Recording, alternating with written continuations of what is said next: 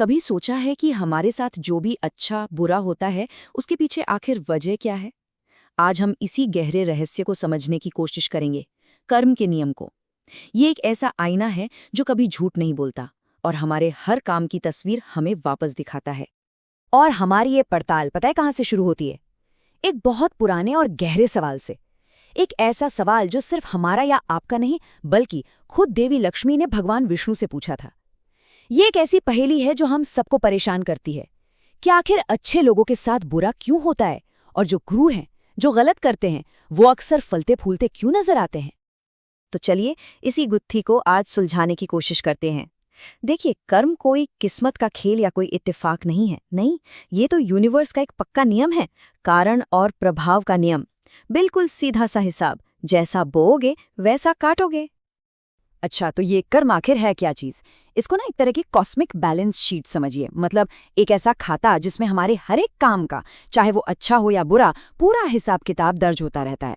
और एक बात पक्की है, इस खाते का हिसाब वो एक न एक दिन चुकता होके ही रहता है। हमारे जो कर्म है ना, वो बिल्कुल उन बीजों की तरह हैं जिन्हें हम अपनी जिंदगी की जमीन में बोते हैं। अगर धैर्य और नेकी के बीज बोएंगे तो शांति और खुशी के फल मिलेंगे, और अगर जलन और नफरत के बीज बो दिए तो फसल भी दुख और बर्बादी की ही होगी। चलिए इसी बात को एक कहानी से और बेहतर समझते हैं। तो ये कहानी है दो रानियों की। एक पुरानी कहानी जो हमें बिल्कुल साफ साफ दिखाती है कि कर्म का चक्र घूमता कैसे है और कैसे इसके असर से कोई भी कभी भी बच नहीं सकता। तो कहानी में है दो रानियां। पहली रानी सरिता, जिसके मन में घमंड और ईर्ष्या भरी है, और दूसरी है रानी रमा, जो बहुत ही धैर्यवान है और हर अन्याय को नेकी के साथ सहती है। उस वक्त उन्हें ये पता नहीं था, लेकिन वो दोनों ही अपने कामों से अपने आने वाले कल की कहानी लिख रही थी। और जैसा हम देख सकते हैं, कर्म के फल को पकने में वक्त लगता है। एक दो दिन की बात नहीं है ये, दशकों तक। सरिता के बुरे कर्म धीरे धीरे उसे बर्बादी की तरफ ले गए। वहीं दूसरी तरफ रमा और उसके बेटों का सब्र और उनकी अच्छाई आखिर में उन्हें राज सिंहासन तक ले आई। ये कहानी कर्म के इंसाफ का जीता जागता सबूत है। कहानी तो यहाँ खत्म हो जाती है, पर इसका असली सबक तो अब शुरू होता है।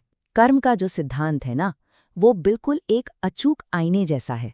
हम इस दुनिया को जो कुछ भी देते हैं, अच्छा या बुरा, वो घूमकर हमारे पास वापस जरूर आता है। और इसमें सबसे गहरी बात पता है क्या है? कि कर्म कोई बाहर बैठा हुआ जज नहीं है जो सजा या इनाम का फैसला सुनाता है। नहीं, ये तो बस एक आईना है, हमारे ही कामों का आईना, जो बिना किसी हेर फेर के हमें हमारा असली चेहरा दिखा देता है। और इस नियम की सबसे बड़ी ताकत जानते हैं क्या है? ये पूरी तरह से निष्पक्ष है। ये किसी के पद, दौलत या पहचान को नहीं देखता।